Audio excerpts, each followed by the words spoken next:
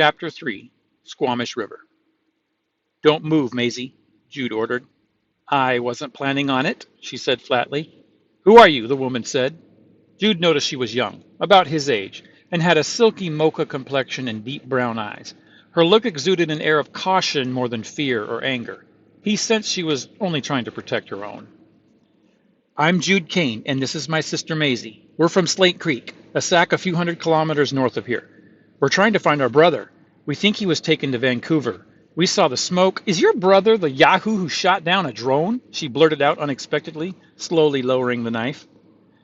Yes, his name is Callum. He got spooked. He doesn't have good memories after 3 years in CME. How did you know that? The young woman dropped the knife and handed Maisy back her helmet. A good journalist never reveals her sources, she said. I've been trying to connect the SACs with some kind of news-sharing network for a few years now. It's tough when no one talks to each other. I take it you need something, or you wouldn't have ridden towards the smoke. A safe place to sleep and some water would be great, Maisy jumped in. And a charging station. These bikes are going to need some juice if we're going to make it to Vancouver. Water, food, and beds are no problem. The charging station hasn't worked in years. Lots of things haven't worked in years. My dad is the SAC leader, but he's gone downhill since my mom died. You'll see what I mean. By the way, my name is Zara Malik. Welcome to the Squamish River SAC. Here are some insights.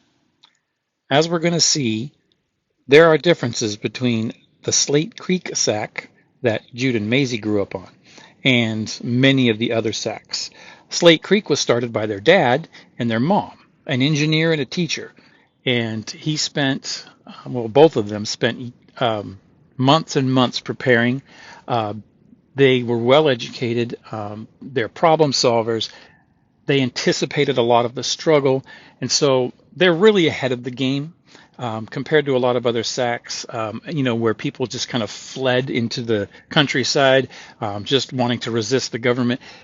There was a lot more planning that went into Slate Creek. So you're going to see Slate Creek is more successful than a lot of the other ones. When Jude and Maisy get to Squamish River, we're going to see a more typical SAC, a SAC that has held together for a few years, but is really starting to go downhill. Things are getting run down, and they just don't have the technical expertise, especially because, as the years go on and life gets harder, a lot of people give up and move to the city, and they want to just go where it's easier, where they can get some assistance. So you're going to see that pattern. Zara knew about Callum. Zara knew that he shot down the drone, and that is significant. That is significant because the SACs don't really have a good way to communicate with each other. They do have some technology. The kids do have to go to school. They do have to go to school online, and so there's usually some kind of a satellite internet connection, and so there is a little communication, but there's not a lot. People kind of live in their own worlds, and so it's significant that Zara was able to kind of find out what happened outside of her SAC, and that is definitely going to come into play in the future.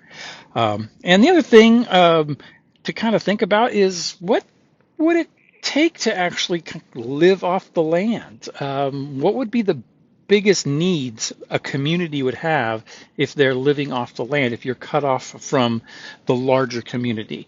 Is it power, electricity, technology? Is it communication? Is it more basic than that? Certainly you've got to have food, water, and shelter. And suddenly things that you just don't think about every day are really important. And we're definitely going to see some more of that as well. And we're going to see Jude and Maisy, and really Zara as well, realize that there's a need that needs to be met, and that is going to really be a catalyst that moves things forward. So anyway, think about those things, and in the next chapter we're going to get moving again and maybe even start making our way towards Vancouver. It's not easy to get there. It's not going to be easy to get there, but we will get there, and we will find out what's going on with Callum.